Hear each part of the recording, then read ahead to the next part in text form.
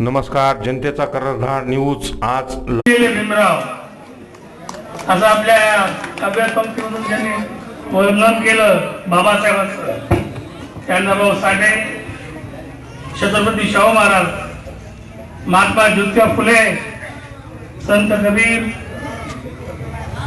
संत गाडगे महाराज, त्या सर्व महामानवांचं या प्रसंगी स्मरण करतो, त्यांना नमन करतो. नांदेड शहरामध्ये आज सुजाता व नालंदा बुद्ध विहार समितीतर्फे वर्षावर कार्यक्रमांचा समारोप झाला. त्याही पेक्षा नव्हे तर तेवढेच महत्वाचं, या विहारामध्ये डॉक्टर बाबासाहेब आंबेडकरांची प्रतिमा पंचधातूची तिचा प्राण प्रतिष्ठा करण्यात आली. तिचं स्वागत आपण सर्वांनी करायचं आहे टाळ्याच्या गजरामध्ये. बाबासाहेबांच्या विचारांना आपण डोक्यात घेतलेलं आहे. एवढेच नव्हे तर बाबासाहेबांना आपण आपल्या पूजा अर्चनाही घेतलेलं आहे. ह्या प्रसंगी अनेक मान्यवर विद्वान असे बंतेगण मंचावर उपस्थित आहेत. त्यामध्ये बंते नागसेन बोधी थेरो, बंते धम्मरत्न थेरो ते आहेत. कार्यक्रमाचे अध्यक्ष प्राध्यापक गौतम दुतडे साहेब, माननीय रवी सोनकांबळे सर्वोदय, उपासक दिलीप भाऊ सोनकांबळे, शुभानंद हटकर, महेंद्र पिंपळे, चिंचोलकर, माझ्यासोबत आवाजून उपस्थित असलेले दिलीप भाऊ सोनकांबळे, सोपानराव कांबळे, जे की डॉक्टर बाबासाहेब आंबेडकर मागासवर्गीय पतपेढीचे चेअरमन आहेत, ॲडव्होकेट नागेश भालराव, विश्वानंद साळवे, ॲडव्होकेट प्रशांत साळवे, राजकुमार क्षीरसागर, ह्याच गावचे रहिवासी, तुमचे आणि माझे, तुमचे भाऊबंद आणि माझे जावई डॉक्टर आशिष ठाकर, जे की कॅन्सरचे तज्ञ आहेत, ते मंचावर उपस्थित आहेत. ॲडव्होकेट मल्हारे, प्रशांत कांबळे, उत्तम साळवे, फौजदार हटकर साहेब, फार मोठ्या संख्येत उपस्थित असलेल्या माझ्या बोल उपासिका बंधूंनो आणि भगिनींनो, बाबासाहेबांना आपण देवाऱ्यामध्ये केव्हाच नेऊन ठेवलेलं आहे, विचारामध्ये आणलेलं आहे. आज नांदेडवरून सुरुवात झाली की बाबासाहेबांना बुद्ध विहारामध्ये ठेवलं. ही फार मोठी क्रांतिकारी गोष्ट आहे. बाबासाहेबांची प्रतिमा असते. आज तुम्ही तो पुतळाच लावला. ज्यांच्या कुणाच्या डोक्यामध्ये हे आलं असेल, त्या विहार समितीचे सर्व सन्मान्य सभासद आणि बौद्ध उपासक यांचे मी या प्रसंगी अभिनंदन करतो, त्यांना धन्यवाद देतो. बाबासाहेब म्हणजे जाज्वल्य विचार, बुद्धीचा महासागर, समतेचा पुरस्कर्ता, त्या देशातील तमाम स्त्रियांना समानतेचा हक्क देणारा महामानव. भगवान गौतम बुद्ध म्हणजे शीतल असं चालणं, पंचशील, बंधेसाठी अष्टशील, ह्या ज्या गोष्टी आहेत ज्यांनी तुम्हाला आणि मला प्रदान केल्या, त्या सर्व महामानवांचं आपण सर्वांनी त्रिवार वंदन केलं पाहिजे. प्रातस्मरणीय म्हणतो ना, ते हेच बाबासाहेब आंबेडकर हे प्रातस्मरणीय आहे. आपल्या दिवसाची सुरुवात डॉक्टर बाबासाहेब आंबेडकरांच्या नावानं आणि त्या प्रार्थनेची जी शेवट आहे भगवान गौतम बुद्धाच्या स्मरणानं झाली पाहिजे.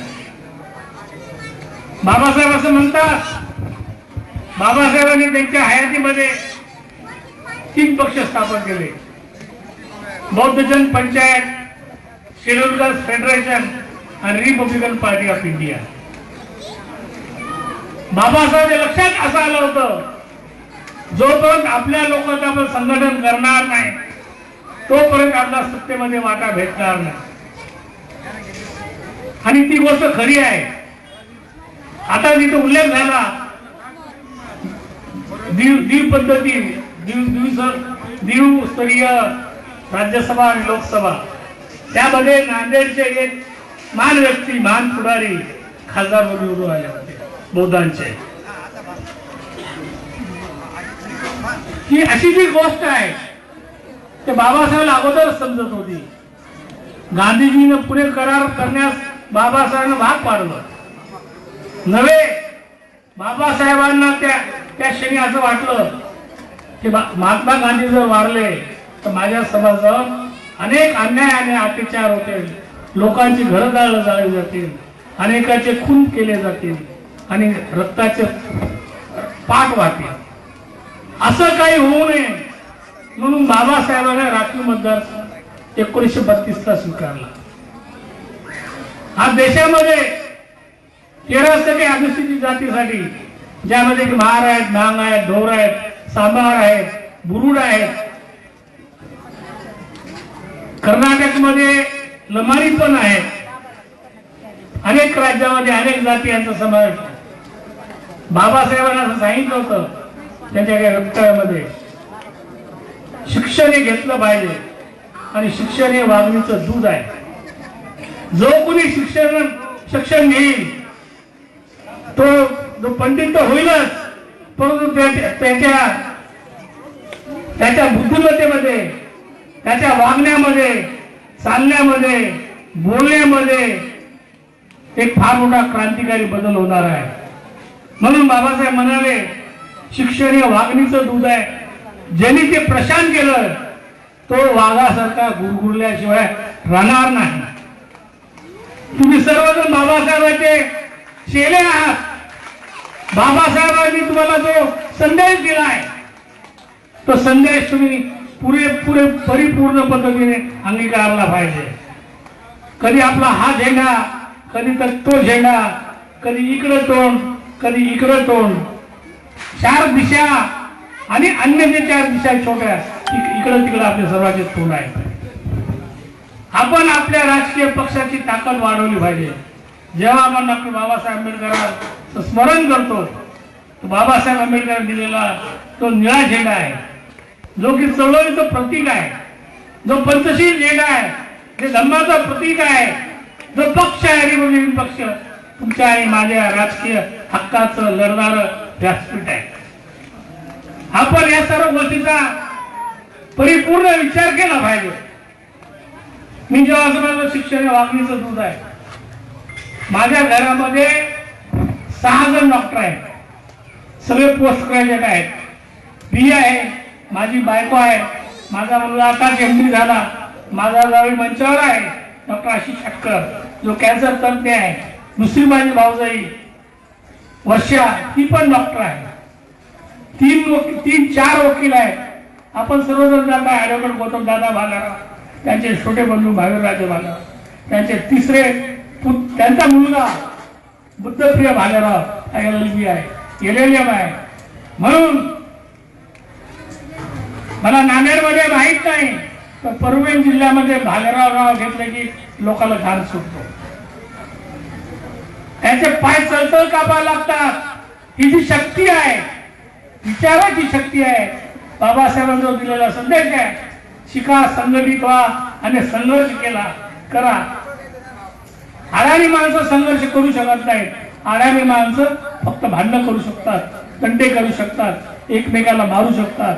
तो शिकलेला माणूस आहे, त्यानं वाचन केलंय, ज्यांनी बुद्ध स्वीकारलाय, ज्यांनी बाबासाहेब आंबेडकर स्वीकारले, संत कबीर स्वीकारलाय, संत भगवान बाबा स्वीकारला, संत गाडगे महाराज स्वीकारला. तो माणूस हे विद्वत्तेची लढाई करणार आहे आणि विद्वत्तेची लढाई ही मताच्या पेटीतून होते.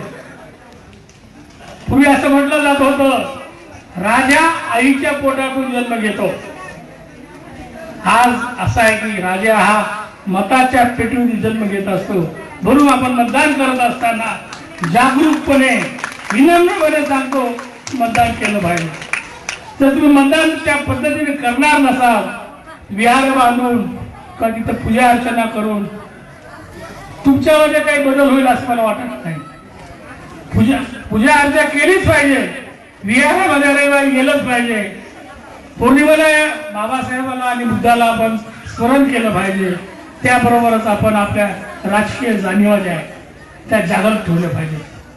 आपले जे बनते आहेत ते धार्मिक मार्गदर्शन करतात, त्यांच्यावर निर्बंध आहेत की राजकीय ते मार्गदर्शन करू शकत नाही, करणार नाही. तरी आज हे बुद्ध विहाराचं मध्ये जे बाबासाहेब आंबेडकरांची मूर्तीची प्रतिष्ठापना झालेली आहे, त्या मूर्तीची प्रतिष्ठापना झाली असं मी आपल्या मंचाच्या वतीनं इथं जाहीर करतो. आपल्या सर्वांची रजा घेतो. जय हिंद, जय भीम, जय महाराज.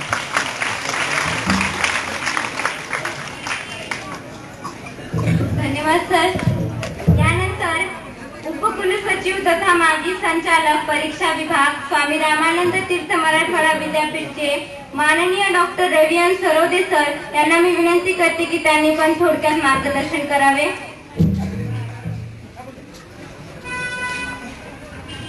सर्वांना